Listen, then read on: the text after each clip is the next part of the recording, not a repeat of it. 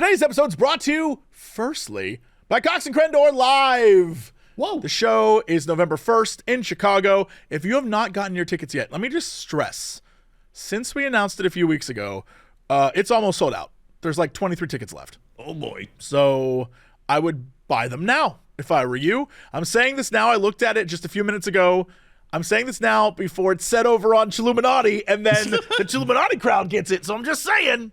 Also today, we're brought to you by Hero Forge. Hero Forge has got those cool custom minis delivered right to your home so you can start having fun with your home games or take them on the road, bring them to friends' houses, show them off. They're awesome. You know, have your best D&D yet. And we're also brought to you by Ridge Wallet. If you want a really cool wallet that I currently have in my pocket, and I love it to death, Ridge Wallet's the way to go. Now let's jump into this podcast. Hello, everybody, it's time for Cox and Crendor. Cox and Crendor in the morning. In the morning. Live. In 4-hour recording studio. Recording. Wake your ass up, it's up, Cox Crendor in the morning. Hello, everybody. Welcome to the episode of Cox and Crendor in the morning. Hey, it's exciting time. Oh, is it?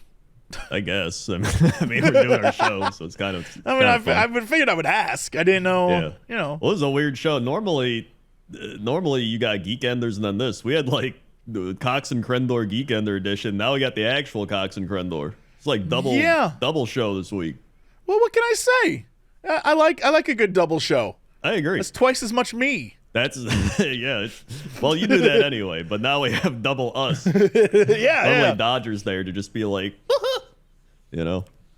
Is that how you see Dodger? She just goes. That's pretty much. Honestly, after knowing her for see. over a decade, that's half the time she just goes. But I guess as she's gotten older, I think she's gotten more like mom brained.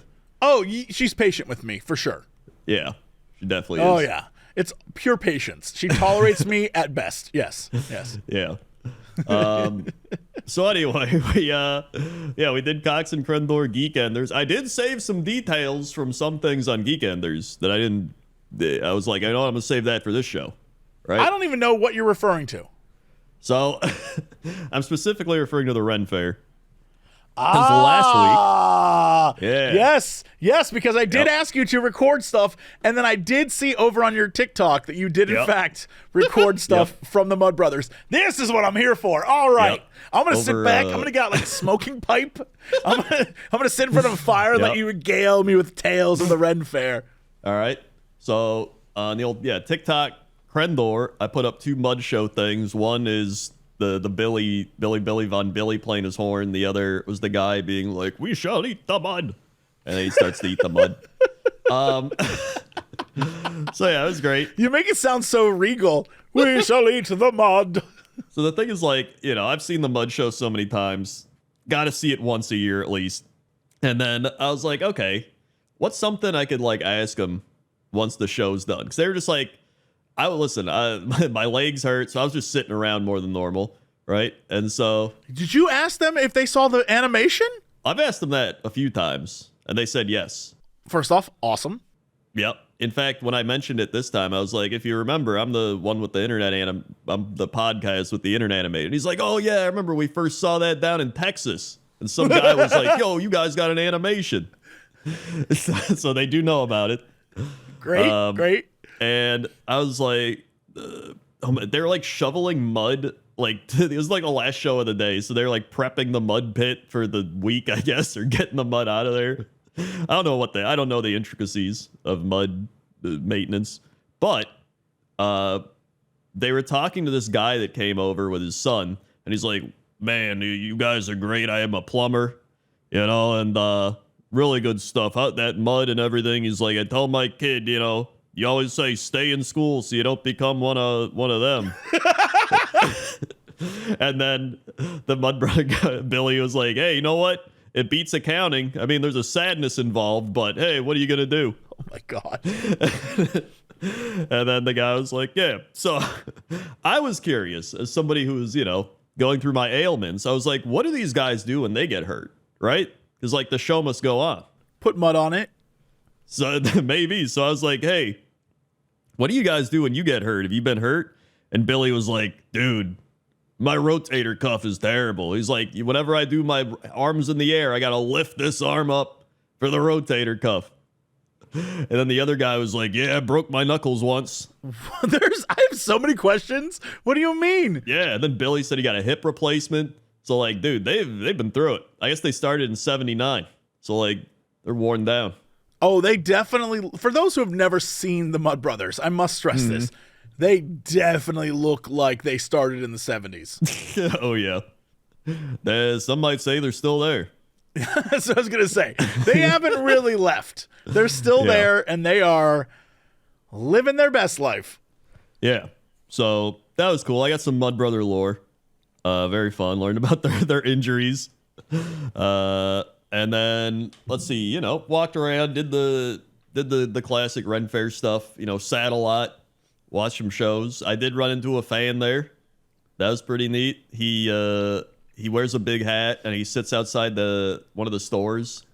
And I saw him last year, and he's like, Crendor, I love Pointless Top 10. And then I saw him again, and he's like, Crendor, Pointless Top 10. And I was like, hell yeah, dude. Still watching. That's good. Yeah, still watching. Apparently he's like, dude, my there's a nerve in my hip that's getting pushed on. It's terrible. So everybody's got the ailments over at the Ren Fair. He lives in the Renaissance, so it's probably way worse. Oh yeah, no, it's got to be way worse. The surgeons, the doctors. Yeah, he's gonna die of leech poisoning or something. Yeah, dysentery, leech poisoning. Mm-hmm. The classic. So yeah, that was cool. That was, everything else was, your classic Ren Fair, and then my legs hurt. Did you eat all the food? Did you do all the stuff? We didn't eat all the food. We had the turkey leg. We had some potatoes with onions. We had some artichoke. So that was good. I always like those. Did you get a pickle? Didn't get a pickle. I think for the later in the year, I'm gonna get a pickle. Did you get mushrooms? We didn't get the mushrooms. All right. That's why later in the year we go again. I'm gonna get those. All right. When does it end? It goes till Labor Day, so we still got a while. You have plenty of time. Yeah, we got plenty of time. And then my legs will heal up a bit more, which, by the way, I think I figured out what was causing some of my leg pain. This is going to sound insane. You know what? No matter what you would have said to me when you said, I think I figured out what's causing some of my leg pain, I was already preparing myself to hear the craziest thing I've ever heard. All right, perfect. So back when my knee was hurting more, I bought some shoe orthotics or inserts or whatever you want to call them, right? Okay, yeah. And they're like, all right, so for these shoe orthotics, they're called like sole orthotics or something. I don't know. They're like, you get them and you put them in the oven for 2 minutes. All right. And then you stand in them and it helps mold the arch. And so you get like this arch support, right? But here's the thing. I think they had too much arch support. Because they molded to you. Yeah, but I don't think they molded enough. So I was walking around and I kept being like, man, arch support's pretty weird. Like I always feel it just pushing up into my arch and my feet kind of hurt. And I was like, man, I'm like, it's weird how like my calves are just really tight all the time. Like, I don't know. It's not like they're straight. And then I looked it up online and they're like, yeah, too much arch support's really terrible. You should never feel like something's pushing into your arch. It should be like balancing your whole foot, and like it can lead to like hip pain, leg. And I was like, did I just do this to myself? 100% you did. And then wait, did it always hurt? Wait, whoa. Did you just suffer through the pain the entire time? No, well, I never really used arch support. I never really had a problem though. And then I had my knee issue, but I think I just needed for the knee issue. I just really had to let it like calm down. How long have you had said pain? Well, the arch support type of leg, probably like a month, which is about when I started wearing the arch supports. So Crendor. They're supposed to support for a full month, dude. Yeah. So I was like, man, I wonder if this was causing a lot of my issues. So, listen, all right? Again, they're supposed to be, like, supporting your art, but I guess it's mainly if you got flat feet. I don't have flat feet. Or if you got, like, super high arches, which, like, I just have normal arches. I got normal feet. So I was like, I don't think I need it. So today is the first day I took the arch supports out and was walking around. I'm like, dude, this feels pretty good. Crendor. Yeah. I love that you were so beat up. Your feet were such a mess that you didn't notice that you were hurting yourself further. So I mean, overall, I mean, it's a combination of things, but that definitely did not help. And then obviously, like for a while, I was walking with a brace around, like not like a heavy brace, but just like one of those you wrap around your knee to make sure you remind yourself, like, don't go crazy, right? So don't go crazy.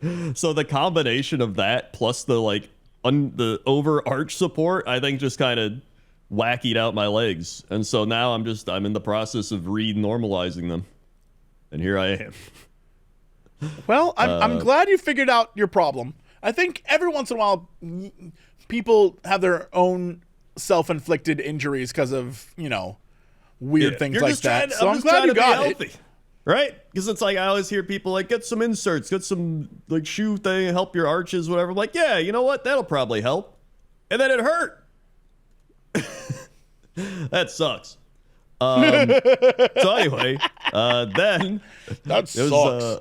It was my birthday, so it's officially been 2 years since I concussed myself, so that was fun.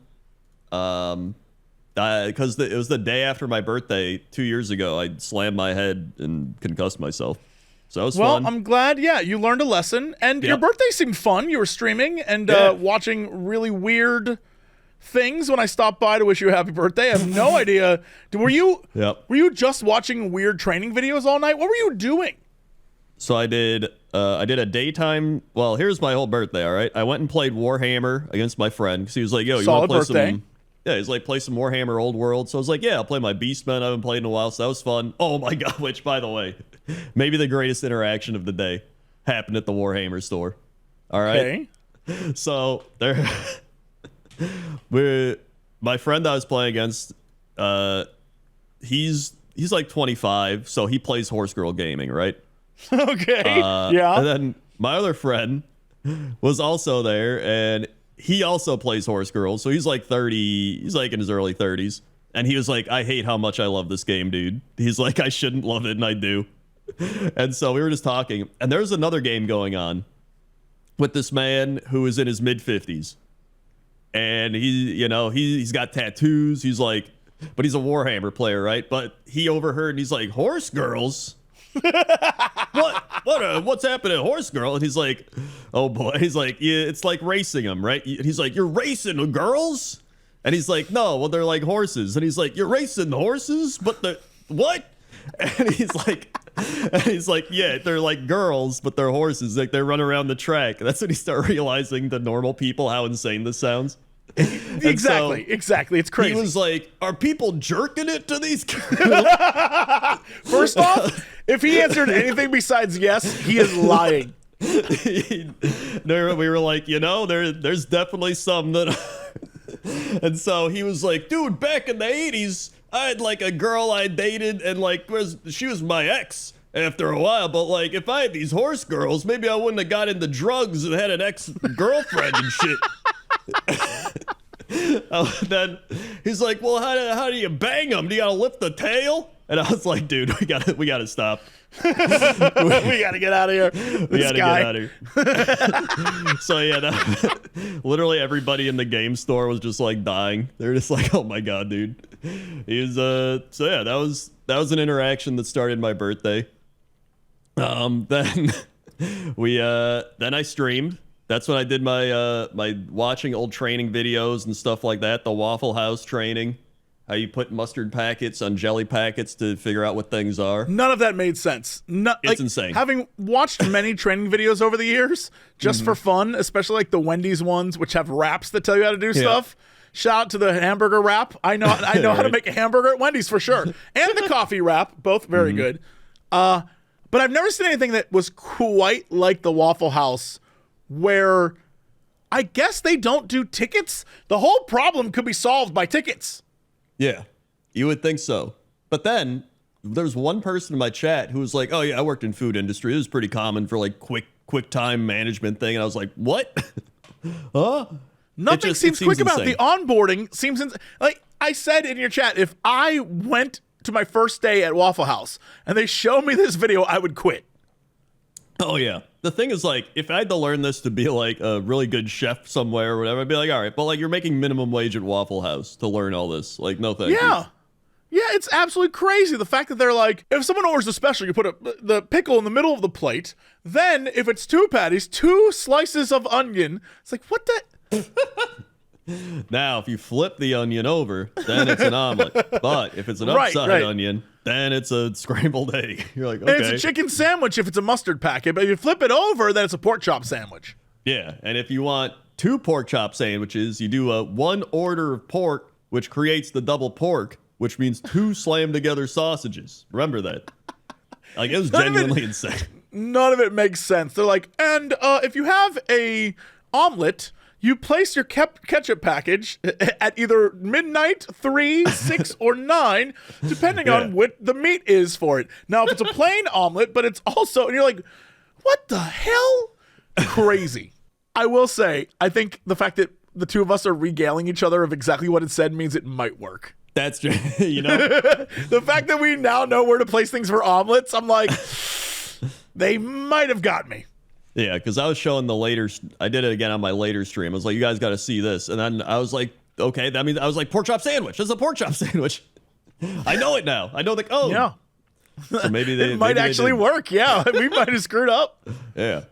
So yeah, then we went and got we went to the birthday wine place. That was fun. Heard some wine talk. People were sitting around. And one woman was like, did you see the Coldplay? The Coldplay affair? So I didn't even know that happened until she said it. Oh, that's funny. Yeah, now at sports games, when people are doing the fan cams, everyone's posing like that, and it's great. Yeah. It's great. So that was good. And then I came back and streamed some more. That's what we did, birthday gaming. Played, Horse Girls, played Kaizo, played Battleship, watched some stuff. So it was a fun birthday gaming session, and then watched Spirited Away, which is my birthday tradition. Well, that's fun. Yeah, that's good stuff. Overall, very good birthday. Yeah, sounds like it. Sounds like you had a good time. Yeah. Did you have cake? We had cheesecake. Oh, what kind? Well, we got Cheesecake Factory cheesecake. Had a gift card, so it's free. Okay, but what kind of cheesecake? Not the. I don't care where it came from. Right. Well, the toaster woman gets the Godiva chocolate one. Love that. And then I get the tiramisu cheesecake. So they mix the tiramisu and cheesecake into like some sort of Frankenstein cheesecake. Sure. Of both.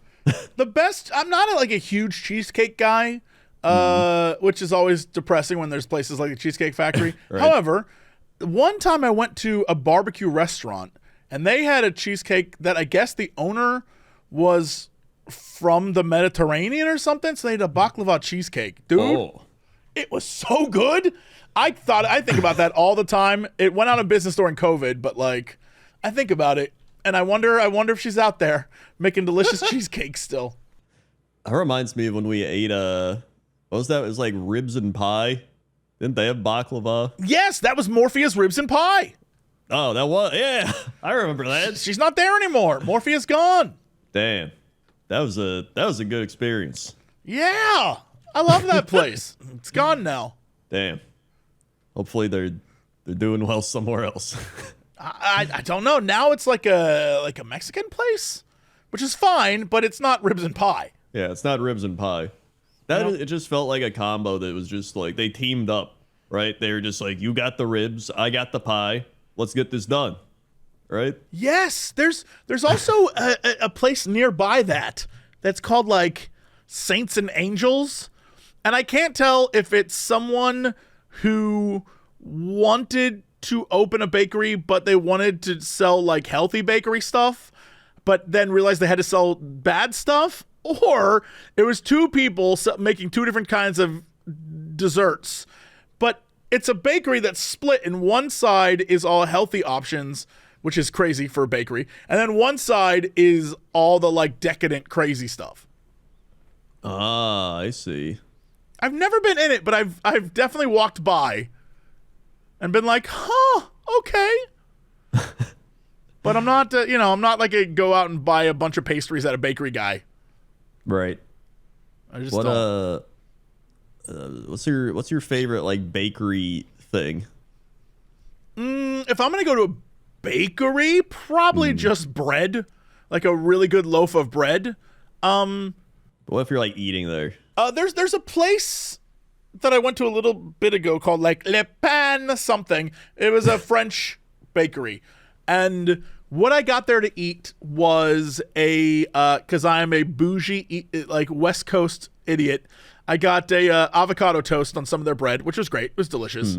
But I also got a one of those French donuts that they put the cream in it, and you think it's just a cream donut, but it's not really. It's like way better. I got one of those too. Yeah, it was great. Oh, that's pretty good. Yeah, so I'll do something like that, but most of the time I don't want anything too sweet or, cakey or pie-y. Usually if I get pie, it's from like, Gina's Diner, and it's delicious. I'll eat the hell out of that.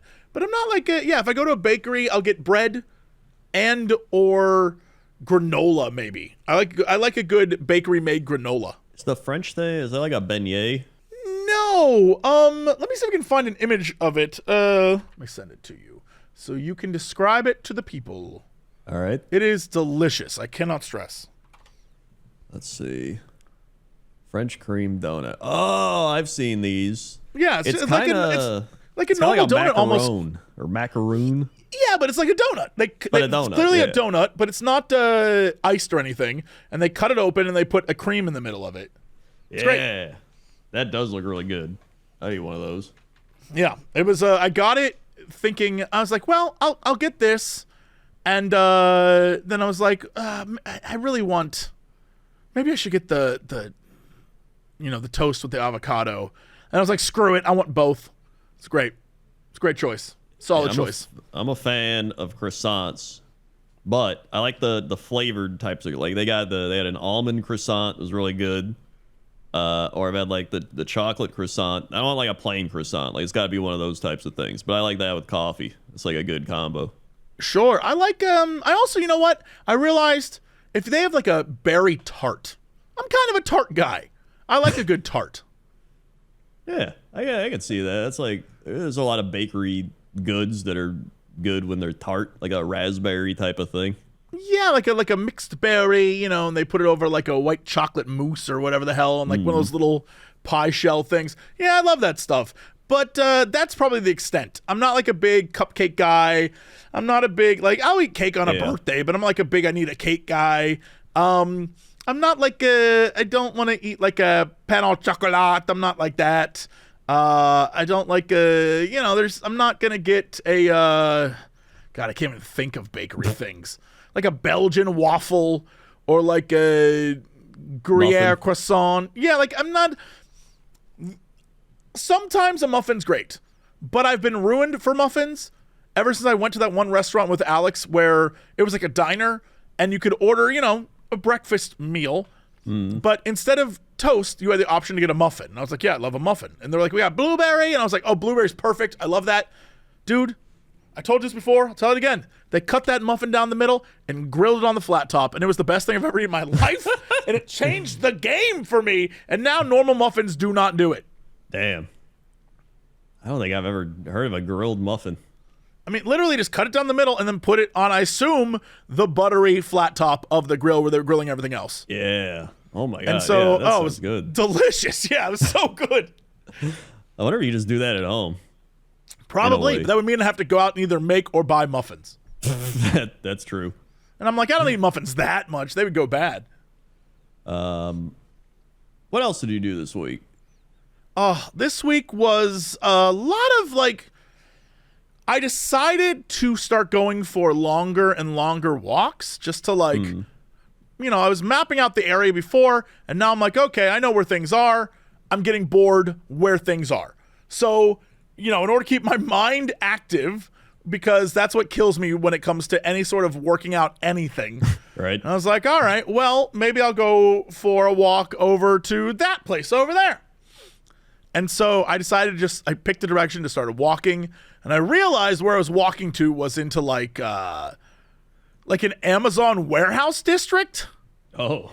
Where I guess in LA there's this massive Amazon facility where all the things in LA that, like, I don't know if this is like where you are, but for us in LA, if we order something from Amazon, you have an option to have it delivered to you by the mail, or some dude that day will just drive it to your house.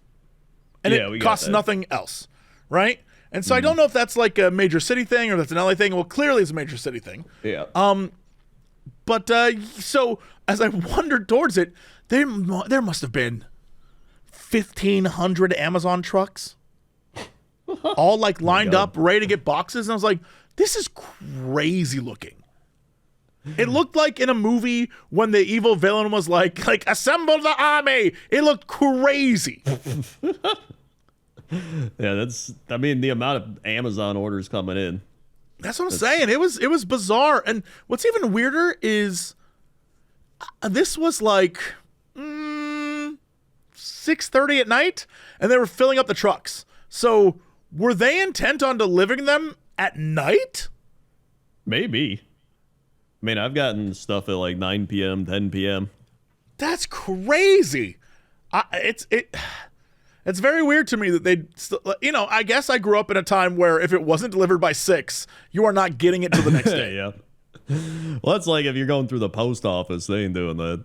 Right. But Amazon, I mean, I've even seen options. They're like, you can get it between 4 and 8 a.m. I'm like, what the hell? Yeah, why the hell? I don't need it that bad. Jeez. Yeah. I mean, somebody might. Like, I need it at 4 a.m. so I do my morning runs or whatever. I don't know. Yeah, so I ended up walking over there, and I checked it out, and it was fine. And then I started walking back, and I got back, and my app on my phone was like, you're only 180 calories away from completing your day. And I was like, what does that mean? And so I just jumped on the elliptical and just went for it, and that was great. But I realized I should probably get on the elliptical more because I went like hard. And I sweated more on the elliptical than I did the entire time walking. Yeah.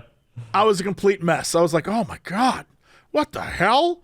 Am I out of shape? I was like, yeah, no, that's true. So I was like, all right, well, maybe I'll try that again. So the next night, I was like, all right, instead of doing a walk, what if I just do one of the elliptical programs and do that? So then I did that, and it was fine. But again, sweaty, gross mess. I was like, okay, all right, great. You know what? I feel good about that. But I forget half the thing is your arms are moving with your legs. Right. So I woke up yesterday and my shoulders hurt like crazy. And I was like, oh, well, that was a mistake. Probably shouldn't have jumped on that right away. So then I decided, all right, well, I'll take some time. I'll go for a walk. I'll do some chores. We'll get stuff done. And I realized that when I was going for a walk, this is a weird statement, was breathing better. And I think it's because I did the 2 days of elliptical programs, and it made me in 30 minutes do more than what I was doing in 2 hours. Yeah. I mean, ellipticals get pretty intense. I used to do HIIT cardio on the elliptical. So I was getting, you can max your heart rate out on those things. Oh, I mean, it definitely did. So I was like, oh my God, what the hell? So I went for the walk and was like, this is the easiest, breeziest walk I've ever done. Is that what the elliptical did? So now I'm rethinking my entire, instead of going for long walks, what if I just do that? That'll save me some time. But I like going for walks, and I feel like it's less intense in the body, and so it's like chill. But at the same time, I want to save time. So I don't know. I have no idea what's happening with me. But it was a weird, damn. Should I just do that instead? Which I don't know. I'd probably have to go look up what is actually better. You know what I mean? Yeah, but I would say that walking is just kind of like the universal thing that's good for you. It's everybody walks, all people walk. Walking Sure. just gets everything moving. Plus you get outside, you get fresh air, whatever. I would say ellipticals more if you're you want to get a little more intense. So I'd probably do elliptical maybe 2-3 times a week and then walk the other days. That's probably a good amount. We'll see what happens. Like last night, in order to finish off my little app thing, I went over to the Whole Foods and was like, you know what? I'm going to go over and I'm going to go find like something to eat and, trying to get some dinner. And I went over there and was like, I don't want anything. And I just went home and ate soup. Like the most old man shit ever. I was like, yeah, I don't want this. And I just went home and got a can of soup and ate that. You know what? I mean, I can respect that soup is good, but I love soup. it is good. However, it's just I could not just eat a can of soup. Well, I mean, I had a loaf of ancient grain bread. Shout out to the ancient grain bread at Pavilions, I think it is. It's very good. They got like a bakery there, and they got like a dude who I see maybe once every 2 weeks, and I buy a loaf of bread from him. That's great. Oh, yeah. And Ancient it's not like it's definitely not for sandwiches. That's for sure. It's, like a normal loaf of bread. And yeah, I'll take that and I'll dip it in the soup. What's in the grains? Like, what's it taste like?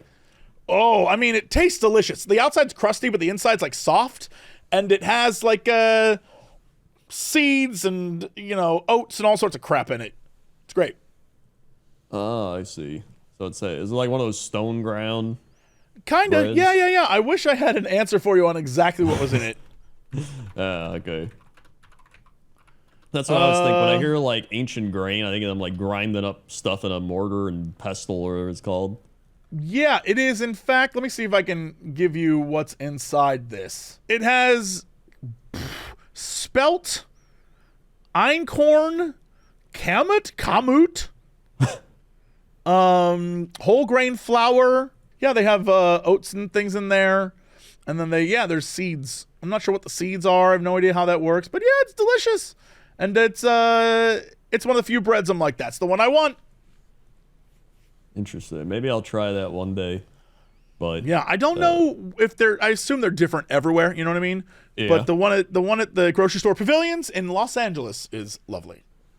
yeah, because it's like you don't know if they're all using the same ancient grains, right? You Sure, don't know how sure. they're making it. I don't know. Maybe Well, you there's have to get the- a local bakery. it's- Thing. Yeah, it's weird because there's when you go there, the bakery section has already wrapped up breads ready to go, but those are shipped in breads. Yet they put them right alongside the breads they make at the bakery. And so you have to ask the dude, hey, do you have any ancient grain things? And then he'll go in the back and you can see it on the rack of where they just baked them, and he'll pull it out and then he'll cut it for you and put it in its own bag. And that's how I know, like when he has to make his own scan checker thing with the price on it in order to wrap it. That's I'm like, okay, so you baked this here. Great. Love that. Good. Yeah. Huh, that's pretty neat. Yeah. And so I had that with the soup, and that's what I ate for dinner. I was like, old man Jesse watching. By the way, again, season 2 of Hell's Kitchen is the worst, dude. Everyone on that, like, I don't know what the hell happened between season 2 and 3, but I feel like they got standards when they had the people, because I'm really curious what season 1 is like when I finally get to that. But season 2, dear God. So every season, at a certain point when it's down to the last, 3 on each team roughly, Gordon's like, okay, so this is what I'm going to need you to do. Today it's red team versus blue team menus. We're not cooking from my menu. You each go upstairs and create menus of your own. Now, I noticed that in seasons 3 on, when they present him the food to cook, or, that they have on their menu, he tastes it and gives them suggestions. Season 2, not so much. In season 2, he clearly learned a lesson, because the blue team, their whole thing was, we're going to make standard dishes everyone knows. It's like a steak and a burger and a chicken thing, The girls team on the red team, they were just like, okay, we're going to make a sashimi dish. We're going to make a lamb dish. We're going to do all these different things. And all of them seem so... The girl who said she made sashimi, she's like, I make sashimi all the time. Super easy. The girl who did lamb, she's like, I make lamb all the time. Super easy. They didn't serve one dish. They could not. The lamb was raw all the time. The sashimi, they couldn't slice it correctly. And Gordon's like, what are you doing? It was insane. I've never seen anything like it. And I realized that Gordon messed up. He didn't taste any of their dishes. When they present him completed dishes, like, it's terrible tasting. And it's like, he clearly learned a lesson. It was very funny. They are bad. Like, I need to know who won this season because I can't believe anyone won. We are down to the final 5 and they suck, dude. They're still terrible. There's one chef that I thought was gonna be the star, and I feel like she's still gonna win, but she is clearly the best of the worst. Why is she the best of the worst? Like, she's just good at, or like the best at just like getting stuff done and then like cooked properly. Not even that. She can't get stuff done. She's just the most competent out of all of them. Oh, I see. Hell's Kitchen. It is a time capsule that I shouldn't have gone back into. But you know what you should go into? Oh my God, what a segue. The ads. Right, which is what I'll do. Hey, there are plenty of things happening over at Hero Forge, including the new face customizer for all your mini fun, with an extensive selection of editable areas like the scalp, eyebrows, nose, jawline, and so much more. They got posable ears, advanced teeth, not to mention just the presets and the sliders and the control pads and additional options to fine-tune your creation. It's incredible. Now, more than ever, you can create exactly what you want, what you imagined in your head. Hero Forge has also improved the printing process for your minis, with new premium plastic minis coming with even more microns of printing goodness to show off every feather of your noble griffin or whatever it is that you decide to ride upon. Add that to the already wonderful Hero Forge creations that you can make, like the infamous duck mage I made with giant blood skull. If you don't know what that looks like, again, it's a duck who's a mage and he's out for blood. You have the option of color printed plastic, color standees, regular plastic, bronze, and more, plus downloadable files for your 3D printer, even kit bashing to make something truly wacky and all your own. If you want to jump in and try it for yourself, please visit HeroForge.com to start designing your custom mini today. Check back often. There's so much new stuff they add every week. Again, HeroForge.com, and use code Crendor to get 5% off all your orders of physical miniatures. Again, that's HeroForge.com, code Crendor to get 5% off all orders of physical miniatures. Also, today we're brought to you by Ridge. Yes, these are the wallets that you have seen out there in the wild or heard on podcasts before, but I now have one, and it's just a treat. You can stick your cards in there and just pop them out. You can put money on the clip if you want to. Very simple, very fun. Plus, mine looks like a sports car, and frankly, I love everything about it. Its unique, slim, modern design holds up to 12 cards, plus any cash you want to add to it.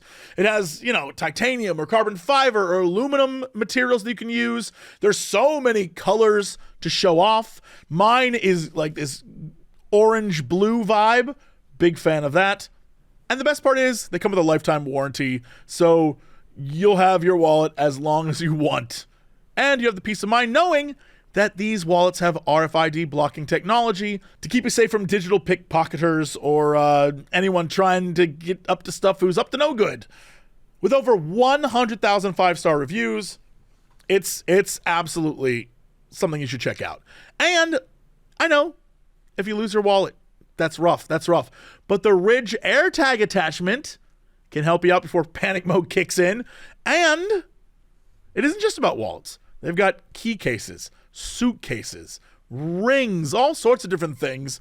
Durable design, still there. It's all great. And no matter what, Ridge has free shipping and a 99-day risk-free trial with a lifetime warranty, like I said. For a limited time, you can get 10% off at Ridge by using code Crendor at checkout. Just head to ridge.com and use Crendor, and you're all set. After your purchase, they'll ask you where you heard. Please say you heard from us. That would do wonders for us. Again, get 10% off at ridge.com. Use code Crendor at checkout. These wallets are durable, small form factor, and really just one of those things that as a guy, The less I have in my pockets, the better. So big fan. All right, let's go to Chapters Chapter 7. The guy that like Craftic out there. Craftic? That's right. Yep, up here in the chapter scapter, we got Craftic all over the place. Oh man, it's the Craftic's insane. People are crafting the ticks. You gotta watch out; those ticks will get you with the old Lyme disease. So if you're in Craftic right now, you're trying to craft. Watch out for those ticks, or you might get the Rocky Mountain fever. I think the other one. You gotta watch out. Back to you. Rocky Mountain Fever. Yeah, the Rocky Mountain Fever. Sounds like a 70s porn movie. No. It kind of does. Yeah, it's the illness you get from ticks, specific ticks. Really? Yeah. From the pretty Rocky bad. Mountains? I don't know. I just know that's what it's called. Bacterial disease transmitted through a bite of infected tick can be fatal. The disease is found throughout the Americas, including the U.S. Okay, but symptoms. Sudden fever, headache, muscle pain, nausea, vomiting, rash. Damn. That sucks because those symptoms could be a million things. Yes, they definitely could. So you just have to like know that you got bit by a tick, pretty much. Which a lot of I don't know people how you would probably know. Yeah, Well, it would that be sucks. attached to you for a while. 'Cause usually ticks, they'll attach and then they take like a few days before they fall off. Yeah, okay. All right, this makes more sense. The rash would appear on your ankles or wrists. Ah, okay. So that I makes imagine more it sense. would it'd also be if you're like, out in the wild walking around like grass. Yeah, you would and probably stuff have like that in the answers. Yeah, forest. you're right. I don't Yeah. think you get it like I went to I don't know, where would you go? Waffle House and Yeah. came back. And I got the Oh, fever. I don't know. You probably could get it at Waffle House. You're right. Unless they sponsor this podcast, in which case it's Waffle House. It is tick free. Yep. And that's the Craftic. All right, let's go to the weather. Weather time. We got 19 weather requests. Oh my God. Oh, goodness. All right. Reminder, if you don't get your weather request this time, keep posting it and you might get it. It's like playing the lottery, but you win a lot less than the lottery. But hey, you know what? Then we'll talk about your food. Yeah. That's kind of a lottery win or loss, depending on your perception. We have landed on weather request for Pershore, England, a town in Worcestershire where my girlfriend and I have recently bought our first house. It is famous for its plum festival and 7th century abbey. That's the first thing that pops up when you look online. The Abbey. Oh yeah, I see it. There it is. Let's see. The weather in Pershore, UK is moderate thunderstorm warning. Wee woo. Hold on. Hold. Oh wait, hold on. It's in Celsius. I don't want get this. Where's my freedom units? Where? That's what the F stands for. Yeah. Yeah, hold on. Pershore, England. All right, I think I'm on America weather now. All right. Yeah, there we go. All right. 55 degrees feels like 55 degrees. That makes sense. Currently, it is winds at south-southeast 1 mile an hour. 20% cloud cover, 0 UV index, 91% humidity. Mamma mia. It's humid out there. I mean, yeah, they're kind of right in the middle of the country, so yeah, that checks out. Yep. And also, it is a sunrise. Wait, they put moonrise and moonset. They don't even care about the sun over here. They're like, when's the moon rise and when's the moon set? Which I guess That's makes because sense. that's witches. Yeah, that checks out. Yeah, witches. Moonrise 12:24 a.m. Moon set 5:48 p.m. for all you witches.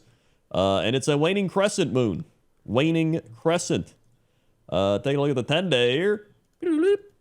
74 degrees, mostly cloudy on Monday. 72 on Tuesday with showers. Wednesday 71 cloudy. Thursday 74 mostly cloudy. Friday 77 partly cloudy. Saturday 75 partly cloudy. And Sunday 74 mostly cloudy. So a lot of mid-70s and clouds over here in the old Pershore, England. You know, sometimes I'm amazed by England and just their stick-to-itiveness. They do things that are unnecessary. Like, I was looking at the different places they have to eat, and a lot of it is, your standard British fare. But I clicked on the Pickled Plum Pub. And I thought to myself, okay, love good pub food. The pub looks fun. I see bangers and mash. I see what looks like a breakfast deal. They got burgers. They got cakes and cheesecakes and whatnot. Really good looking fish and chips. But then for some insane reason, nachos. Nachos with salsa, sour cream, and guacamole, and none of it looks like salsa, sour cream, or guacamole. Like, I've never understood. Bless the Brits. I love y'all so much. You cannot, for the life of you, do a single Mexican thing, even remotely my God, close. I see it. It is. Yeah, that's. It looks like what you would get at a ballpark. You know what I mean? Where they just kind of throw crap on, and they're like, "Here's your $8 nachos, asshole." You get like 5 nachos, then a bunch of the toppings just loaded on there, and then they like sprinkle a little cilantro or something. It's insane to me. Everything else there looks so good, and then just the nachos. Yeah, like, the what nachos. are we doing? Why are we doing this? Like, who's ordering them? They don't even. It's not even. It looks like they just put Doritos on a plate. Yeah, it kind of does. They do not look appetizing. Meanwhile, they got trifles and delicious beer options. They got pâtés. They got all sorts of stuff. It looks delicious. And then they're like, nah, here you go. Have that. I don't understand it. Never will. It's very funny to me. Let's see what there's the Newlands Fish Bar. That looks good. Yeah. Roly-poly eats. I'm looking at Roly-Poly Eats right now. Oh, man. Dude, that's too big. That is a Roly-Poly's how you're going to be size. when you leave. That's what I call it, the roly-poly. My God, that's so much meat. Here's the thing. They got like a snack pack or whatever that is. I don't know if that's one of the halal snack packs or I don't know what that is, but my God, it is. That's what I would eat. With like the French fries and they put the meat and the sauce. Like, that's the winner. This place looks amazing. I would definitely go here. Yeah. This looks so good. I mean, you can't go wrong with stuff like that. And in the UK, they do that pretty well. Like, if you're going to get meat, you'll be pretty well off. It's the nacho thing that has me shocked. Like, they keep trying. I think I told you that one time when I was going to see Dodger, and I had to board a train so we could go to Belgium. So I was going to stay at the train station at a hotel next to it. And the only restaurant in the hotel was a Mexican restaurant. And I was like, what? So I went there, and the burrito I got came with French fries in the burrito. I was like, no, you made a wrap. This isn't a burrito. But when you open it up, it was all the ingredients of a burrito, but there's French fries in there, and they included an aioli sauce. I was like, no one puts an aioli on a burrito. What are we doing? It was crazy. And then I asked for chips, and they gave me a bag of Doritos. That does sound like England. Yeah, and I was like, all the stuff England makes is just stolen from other countries. But it's like they don't really got any like specialty specifics outside. I mean, they definitely of, do. There are like there's some things they have like the bangers and mash and the fish and chips. Oh and yeah, I guess there's that or like the breakfast. But it's I don't know. It's not. I mean, it's just like America. We're a nation of most of the stuff because we were international. We brought it back, and they did the same thing. They basically imperialismed their way across the world and then brought stuff back. And so that's why they have all the different foods. And so, it's hard to say, well, that's what English food is when, like a good curry in England, you're gonna find it in England. I don't know if you're gonna find the same curry in the rest of the world. You know what I mean? Yeah, that's true. I mean, the more I said it out loud, I was like, you know what? That's kind of just the way they do. So Although, yeah, I mean, it's very American. Although I must stress, I just found a place called Jimmy Pickles. What do you think Jimmy Pickles serves? I mean, I would say sandwiches. Indian food. Oh. Yeah, that was my second guess, of course. Yep, looking at it right now. Indian food at Jimmy Pickles. Jimmy Pickles. Dude, I'll tell you, I still love a good British breakfast with the mushrooms and the egg and the beans, and the tomato. It is very heartburn inducing though. It's the only downside. Well, I mean, if you're gonna do like a nice walk, you're gonna go around, like it's fine. Well, it's fine if you don't got heartburn. Okay. Well, I don't. So exactly, that's what I mean. You don't got the GERD coming up on you. You don't know the trials and tribulations of GERD. I don't. That's true. I don't. Yep. Oh yeah, I see Jimmy Pickles now. Yeah. Well, honestly, you know what? Honestly, they had better stuff in a small little English town than I thought they would. I am always pleasantly surprised by small little English towns. They actually have like decent pub fare, which I appreciate. Didn't we? Weren't we near here? Because I remember going through Birmingham for Telford. Where's Telford? Yes, Telford is on the other side of Birmingham. It's northwest, and this is southwest. Okay, there it is. Yeah. Look at that. Wow. Cox Con. Yep. I'm actually headed back that way in August. Oh, why? For just random... There's a wedding that I'm going to, and then it turns out roughly at the same time, a bunch of people who are former Cox Con attendees want to have a little shindig, and they're like, would you come? And I was like, yeah, I'll stop by. Huh. Look at that. So I'll be up that way in the first week of August, yeah. That was 10 years ago. That's crazy. Yeah, the last one was 2019.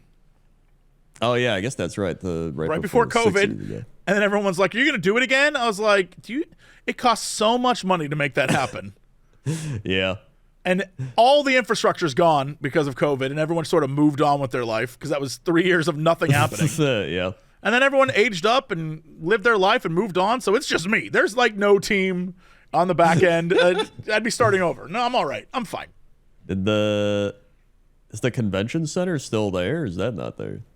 Yeah. One of the days that I was going to stop by, they have something happening at the convention center. So I was looking for a hotel for the night, but they're like, nah, dude. I was like, oh, okay. Oh, yeah, there it is. It's still there. There's the Nando's. They still got Nando's. Yep. Right there. Wow. Yeehaw. Yeah, I mean, it's not that far. I'll probably, if push comes to shove, stay in Birmingham and, like, go out. I've never been to Birmingham, so I have no idea I've been to Nottingham. Oh, yeah. I've been to Manchester, but I've never been to Birmingham. Huh. I've been to Northampton. I've been to Southampton. You've been all over England. I've been to Bristol. I've been to Bath. That was fun. I saw Stonehenge. That was fun. But, I went to Oxford once. But, yeah, I haven't been too far north. I'd love to go past that up to, like, Edinburgh and stuff, but I don't know that I have time. Yeah, I'd go to Scotland. I have yet to go. Yeah. Well, that's the weather. Hey, let's go to sports. Sports. Here we are. Sports. Let's see. We got baseball starting back up after the All-Star break. Looks like everything's ready for the second half of the season. The MLB trade deadline is going to be in a week or so, I believe. Yep. We got the Blue Jays in first, the Tigers in first, the Astros in first, the Phillies in first, but only by half a game over the Mets. The Cubs and the Brewers tied in first, and the Dodgers in first. And I couldn't believe it. We're only 2 weeks away from the first NFL preseason game. That's crazy. That's crazy. That is crazy. I'm ready because I got to start my football podcast again. I still do that. It's me and pretty much everybody from the Northern Lions Super Show from back in the day, and we just talk about football. It's a great time. It's one of the probably most unprofessional football podcasts out there, but we have a very loyal fan base that loves it.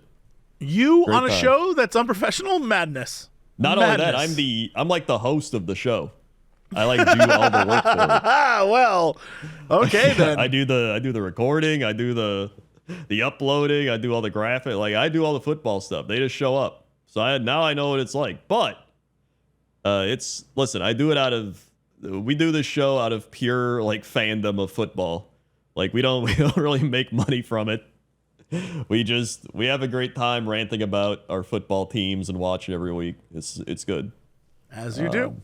Yeah. So, and it's been like 6 years of us doing that. It's been a while. So yeah, I'm excited. Football. And that's sports. What is our fact of the day? Fact of the day.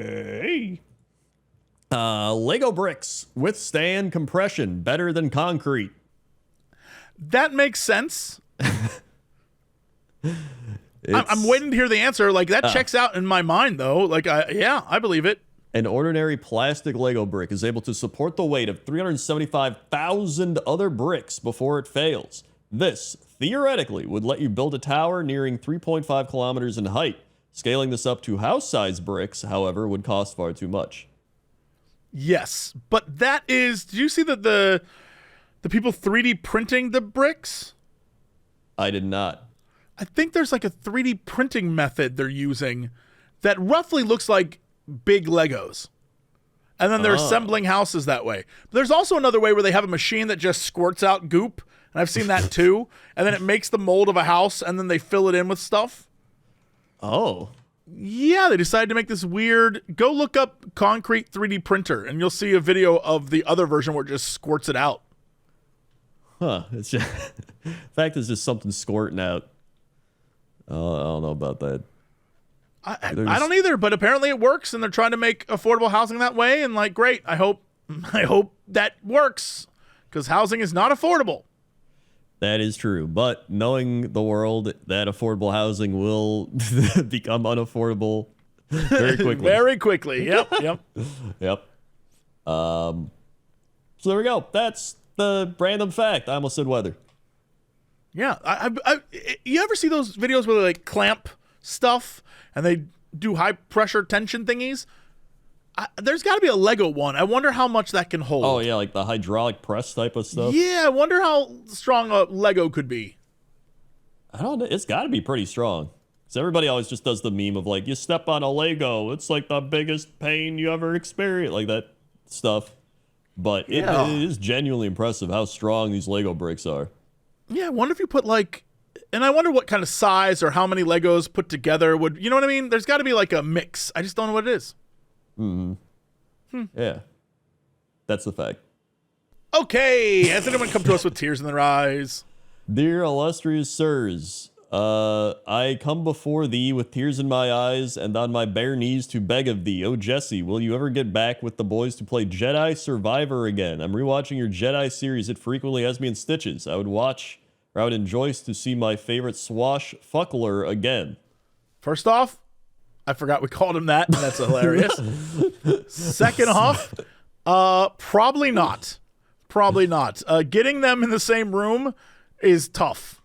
Everyone, it's hard to do anything with 3 people, let alone getting Crendor and I in a room. That's 2. That's already a pain in the ass. Yeah. So probably not. Enjoy what you have, and know that his adventures continue on in our hearts.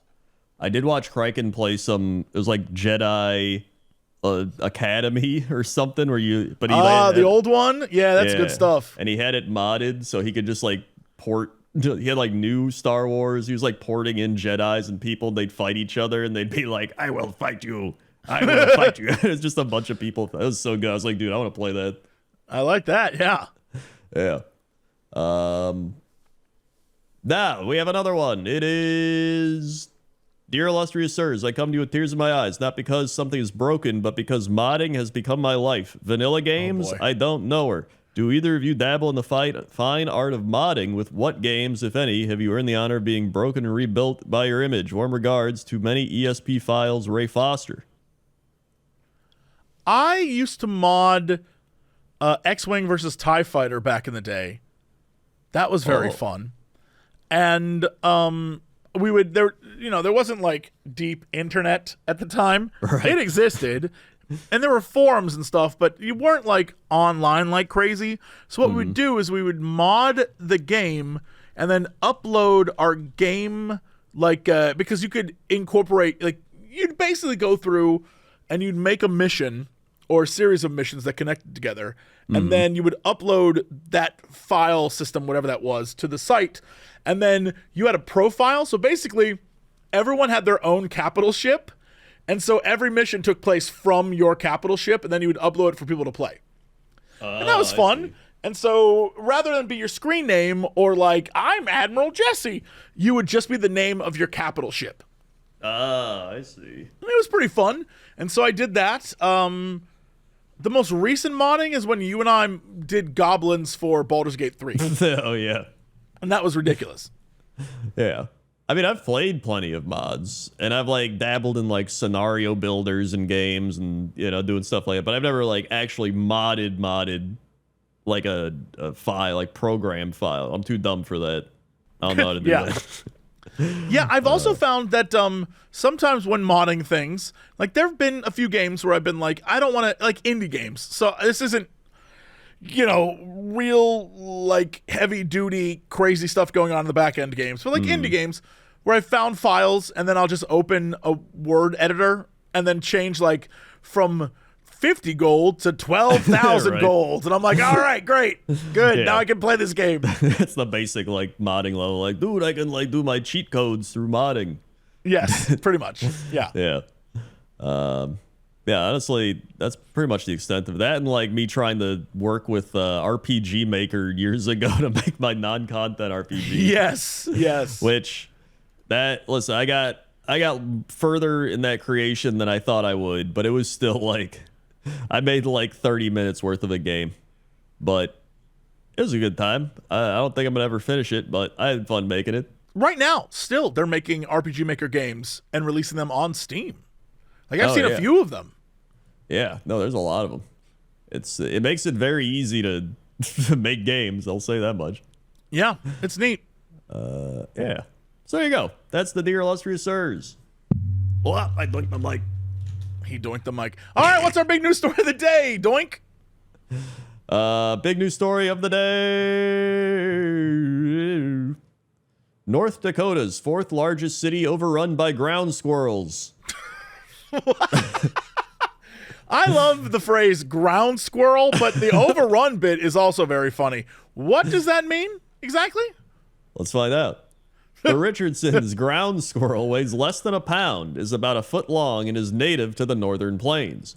The little creature is also a ferocious tunneler, and it's exasperating the people of Minot, North Dakota, where it's burrowing everywhere, from vacant lots to the middle of town, and growing more plentiful over the past 2 decades. Now, North Dakota's fourth largest city is fighting back, but even the pest control guy leading the charge acknowledges it will be difficult to turn the tide. Joshua Herman said fighting squirrels is akin to one guy standing against a massive storm.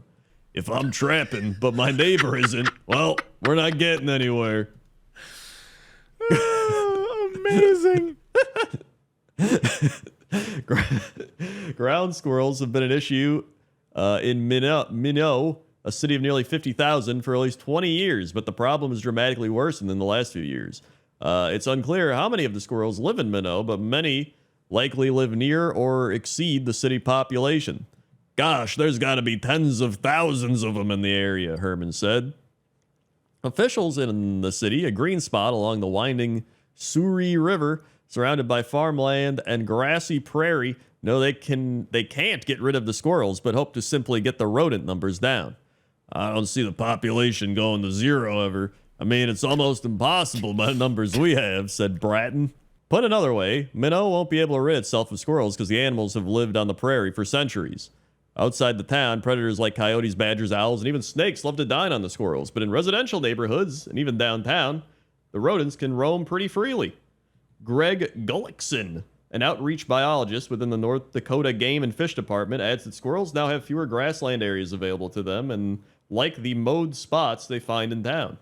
Female squirrels typically give birth to litters of about 6 babies a year, so it's easy to see how their numbers can soar. Herman said he kills 3,500 to 5,000 of them a year, primarily by putting snares and carbon monoxide in the holes. Dude, what the shit? This is like one of those like 90s movies, like the squirrel killer. He's literally Bill Murray in Caddyshack. Yeah, trying to hunt down the groundhogs. I've had calls downtown, calls in the mall, along highways, the airport, really every part of the city. I've done trapping for ground squirrels here, Herman said as he checked his traps along an apartment building. Oh my Herman God. says they damage driveways, sidewalks, and lawns, create tripping hazards with their holes, and can harbor disease from fleas. Along an apartment building, the squirrels had dug under a concrete slab and against the foundation. Nearby, in a vacant lot, the rodents popped up in and out of holes. Ground squirrels near Pashone grandson's ground-level apartment dig holes near her door and eat her plants. One squirrel even got around her baby gate at the door into her daughter's clothes in her bedroom. Oh my God. What the hell? It was a little scary. You don't know what diseases they got. They're dirty. I have a young daughter. I didn't know if it was going to bite her, they said. North of town, Minot Air Force Base, which houses bombers and intercontinental ballistic missiles, fired at the rodents. Attacks the squirrels. has fought the ground squirrels for years. Earlier this month, the base said it had trapped more than 800 dak rats, a base name for rodents. Base officials declined to comment on the squirrels. Jared Edwards, facilities director for Minot Public Schools, which has 3 schools on the base, said residential areas of the base and runaways are overrun by ground squirrels. He called it a continuous battle for the last 75 years. I'm not going to exaggerate. There's millions out there. I know I shouldn't laugh. It sounds terrible, but also the way they're talking is Listen, if you're going to live like in like war. the random North Dakota Great Plains, I feel like you're going to run into some crazy shit.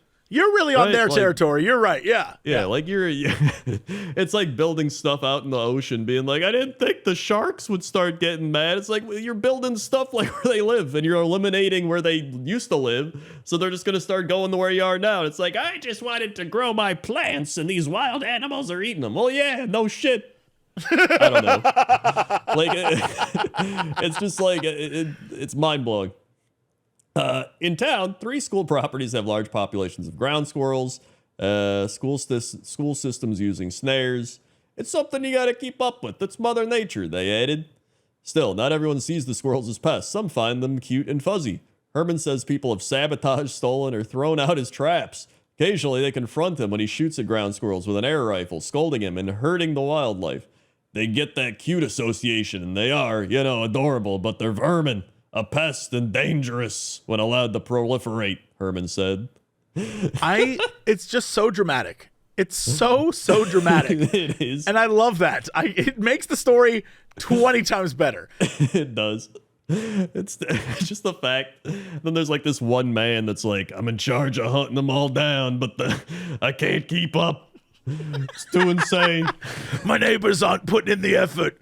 We got to work together as a community to take it over. And then there's ground squirrel Gary. He's fighting me back.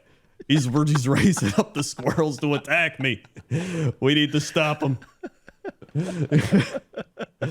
It's just like an entire cult of ground squirrels. Yeah, it could just be one guy's ground squirrel army for all we know. Yeah, and he's sending them out. We will take over the town and then the world. Come, my squirrels. All the nuts shall be yours. I love it. That's the big news story of the day. All right. Well, that's it for us. Thanks so much for listening and watching. I'm enjoying this podcast. Crendor, hit him with the socials. We got socials. We got youtube.com, Cox and Crendor. That's where you got the animations. We got youtube.com, Cox and Crendor podcast. That's where we got all the podcasts. That's where you can comment your weather requests and your Dear Illustrious Sir requests. We also got Spotify, iTunes, SoundCloud as places to listen. Also, you go to YouTube Jesse Cox. We had the Geekenders this week if you just wanted to hear another episode of us. It's true. With video form. Also, we got YouTube Crendor if you want pointless top 10 lists. Also, you got Twitch TV Jesse Cox, Twitch TV Crendor, Facebook Jesse Cox, Facebook Crendor, TikTok Jesse Cox, TikTok Crendor, Blue Sky Jesse Cox, Blue Sky Crendor, Cox Clips, Cred Clips, Patreon Jesse Cox, Patreon Crendor, and the rest. Well, that's it. See y'all next time. And as always, woo, to be continued.